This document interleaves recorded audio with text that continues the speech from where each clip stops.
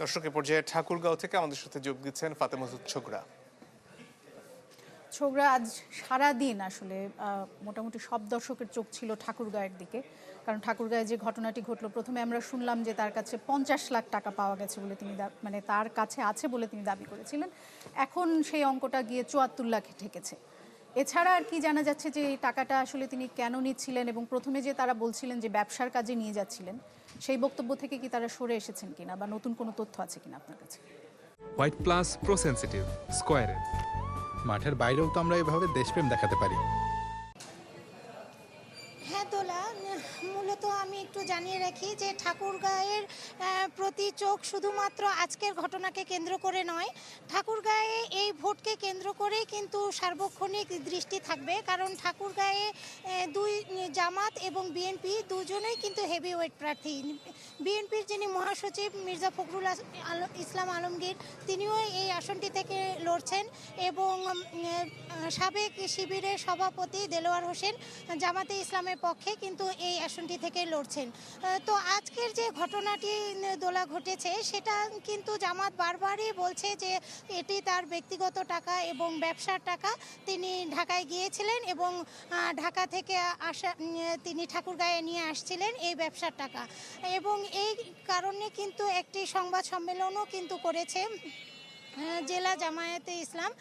তো তাদের এই দাবিটি আসলে বিএনপি কিন্তু মানতে নারাজ। তারা বারবারই বলছে যে যেহেতু জেলা জামায়াতের আমির কিন্তু অনেক বড় একটি পোস্ট, তো তার এই নির্বাচনের আগের দিন তিনি কেনই বা ঢাকা যাবেন, এবং তিনি স্থানীয় জেলায় থাকবেন এবং নির্বাচন পর্যবেক্ষণ করবেন, বিভিন্ন জিনিস তদারকি করবেন, তার কিন্তু এটা দায়িত্ব। সে সমস্ত কাজ ফেলে কেন ব্যক্তিগত কাজে তিনি ঢাকায় গেলেন, এবং কেনই বা এই টাকাগুলো ঠাকুরগাঁয়ে নিয়ে আসা হচ্ছে? যেহেতু আপনারা জানেন যে ব্যবসা বাণিজ্য অনেকটাই বন্ধ, দোকানপাটও অনেকটাই বন্ধ, তো সন্দেহের তীর কিন্তু বারবারই ছুটছে জামাতে ইসলামের দিকে। যেহেতু বিগত স্বৈর শাসকের আমলেও আমরা দেখেছি যে ভোটের আগের দিন রাতে কিন্তু ভোট কেনা বেচার একটা ব্যাপার ঘটে দোলা।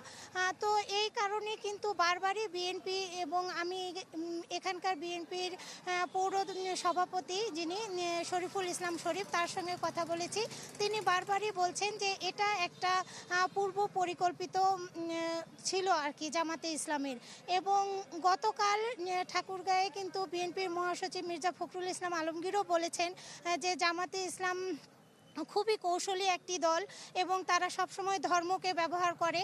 তো এই কারণে বিএনপির কিন্তু একটি মনে করেন যে সন্দেহের দৃষ্টি কিন্তু আছে। তবে জামাত কিন্তু ব্যাপারটা খুব সহজভাবেই নিচ্ছেন যে এটা তার ব্যক্তিগত টাকা, সে আনতে যেতেই পারে, এরকম একটা কথা বলছে। তবে এই ঘটনাকে কেন্দ্র করে ভোটার এবং সাধারণ মানুষ কিন্তু কিছুটা উদ্বিগ্ন দোলা। আমাদের আমির কিন্তু এরই মধ্যে তার ভেরিফাইড ফেসবুক অ্যাকাউন্টেও এ নিয়ে একটি ব্যাখ্যা দিয়েছেন, এবং তিনি এটিকে অপপ্রচার হিসেবে বলছেন। কিন্তু যাকে আটক করা হয়েছিল বেলাল উদ্দিন প্রধান, তার সম্পর্কে আসলে এখন কি জানা যাচ্ছে? তিনি কি এখনো আটক অবস্থায় আছেন কিনা, এবং পুলিশ কি বলছে যে এই যে টাকা নিয়ে যাওয়ার যে বিষয়টি, যেটিকে তারা ব্যক্তিগত বা ব্যবসার কাজের টাকা হিসেবে বলছেন, এটিকে আইনগতভাবে নির্বাচনের আগের দিন নিয়ে যাওয়া অবৈধ, সেই কারণে তাকে আটক করা হয়েছে? পুলিশের বক্তব্য কি আসলে?